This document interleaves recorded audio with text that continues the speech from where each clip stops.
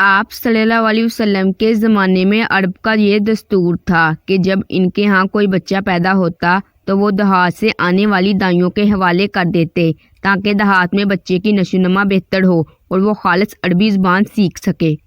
دائیوں کا قافلہ مکہ میں داخل ہوا۔ انہوں نے ان گڑوں کی تلاش شروع کی جن میں بچے پیدا ہوئے ہیں۔ اسی طرح بہت سی دائیاں حضرت محمد صلی اللہ علیہ وسلم کے گھر بھی آئیں۔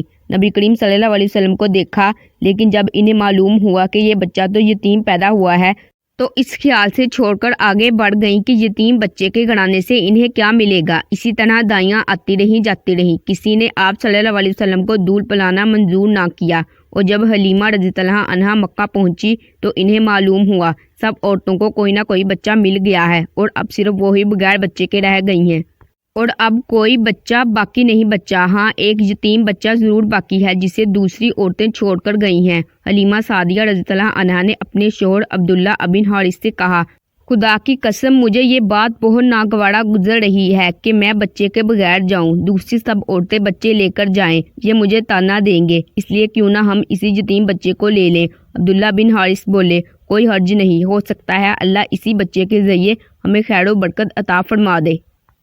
چنانچہ حضرت حلیمہ سعدیہ رضی اللہ عنہا حضرت عبد المطلب کے گھر گئیں۔ حضرت آمنہ رضی اللہ عنہا انہیں بچے کے پاس لے آئیں۔ آپ صلی اللہ علیہ وسلم اس وقت ایک چادر میں لپٹے ہوئے تھے، وہ چادر سفید رنگ کی تھی۔ آپ صلی اللہ علیہ وسلم کے نیچے ایک سبز رنگ کا ریشمی کپڑا تھا۔ آپ صلی اللہ علیہ وسلم لیٹے ہوئے تھے۔ آپ کی سانس کی آواز کے ساتھ مشک کی سی خوشبو نکل کر پھیل رہی تھی۔ حضرت حلیمہ سعدیہ رضی اللہ عنہا آپ صلی اللہ علیہ وسلم کے حسن و جمال کو دیکھ کر حیرت زدہ رہ گئیں۔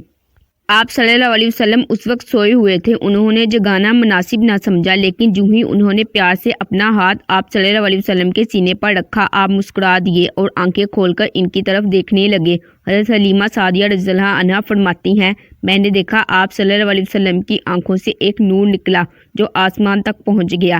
میں نے آپ صلی اللہ علیہ وسلم کو گود میں اٹھا کر آپ صلی اللہ علیہ وسلم کی دونوں آنکھوں کے درمیان جگہ پر پیار کیا۔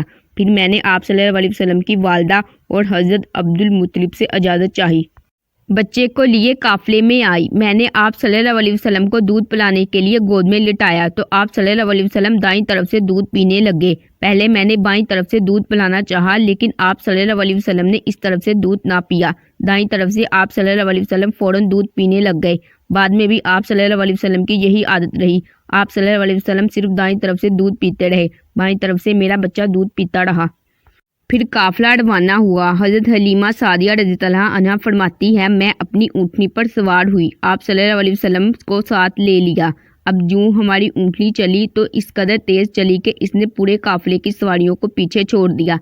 پہلے وہ مریل ہونے کی بنا پر سب سے پیچھے رہتی تھی۔ میری خواتین ساتھی حیرانی سے مخاطب ہوئیں، اے حلیمہ یہ آج کیا ہو رہا ہے؟ تمہاری اونٹنی اس قدر تیز کیسے چل رہی ہے؟ کیا یہ وہی اونٹنی ہے جس پر تم آئی تھی اور جس کے لیے ایک ایک قدم اٹھانا مشکل تھا؟ جواب میں نے ان سے کہا، بے شک یہ وہی اونٹنی ہے، اللہ کی قسم اس کا معاملہ عجیب ہے۔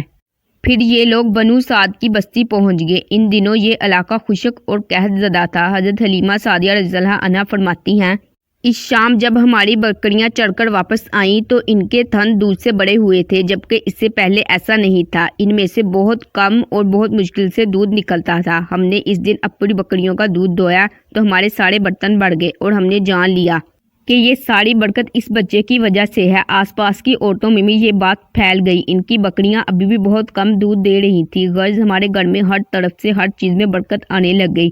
دوسرے لوگ حیران رہ گئے۔ اس طرح 2 ماہ گزر گئے۔ 2 ماہ میں ہی آپ صلی اللہ علیہ وسلم چلنے پھرنے لگے۔ آپ صلی اللہ علیہ وسلم 8 ماہ کے ہوئے تو باتیں کرنے لگے اور آپ صلی اللہ علیہ وسلم کی باتیں سمجھ میں آتی تھی۔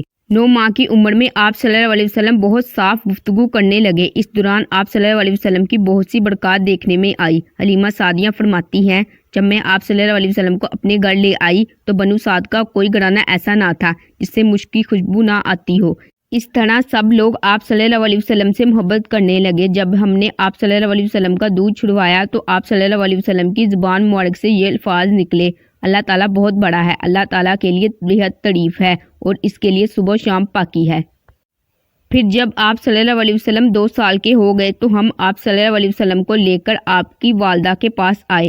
اس عمر کو پہنچنے کے بعد بچوں کو ماں باپ کے حوالے کر دیا جاتا ہے۔ ادھر ہم آپ کی برکات دیکھ چکے تھے اور ہماری آرزو تھی کہ ابھی آپ کچھ اور مدت ہمارے پاس رہیں۔ چنانچہ ہم نے اس بارے میں آپ صلی اللہ علیہ وسلم کی والدہ سے بات کی۔ ان سے یوں کہا، آپ ہمیں اجازت دیجیے کہ ہم بچے کو ایک اور سال اپنے پاس رکھیں۔ میں ڈرتی ہوں کہیں اس پر مکہ کی بیماریوں اور آب و ہوا کا اثر نہ ہو جائے۔ جب ہم نے ان سے بار بار کہا تو حضرت آمنہ رضی اللہ عنہا مان گئی اور ہم آپ صلی اللہ علیہ وسلم کو پھر اپنے گھر لے آئے۔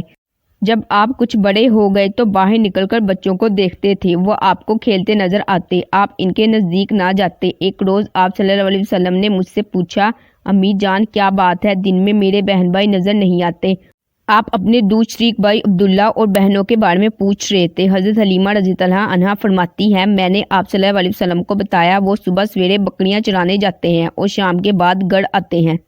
یہ جان کر آپ صلی اللہ علیہ وسلم نے فرمایا، تب مجھے بھی ان کے ساتھ بھیج دیا کریں۔ اس کے بعد آپ اپنے بہن بھائیوں کے ساتھ جانے لگے۔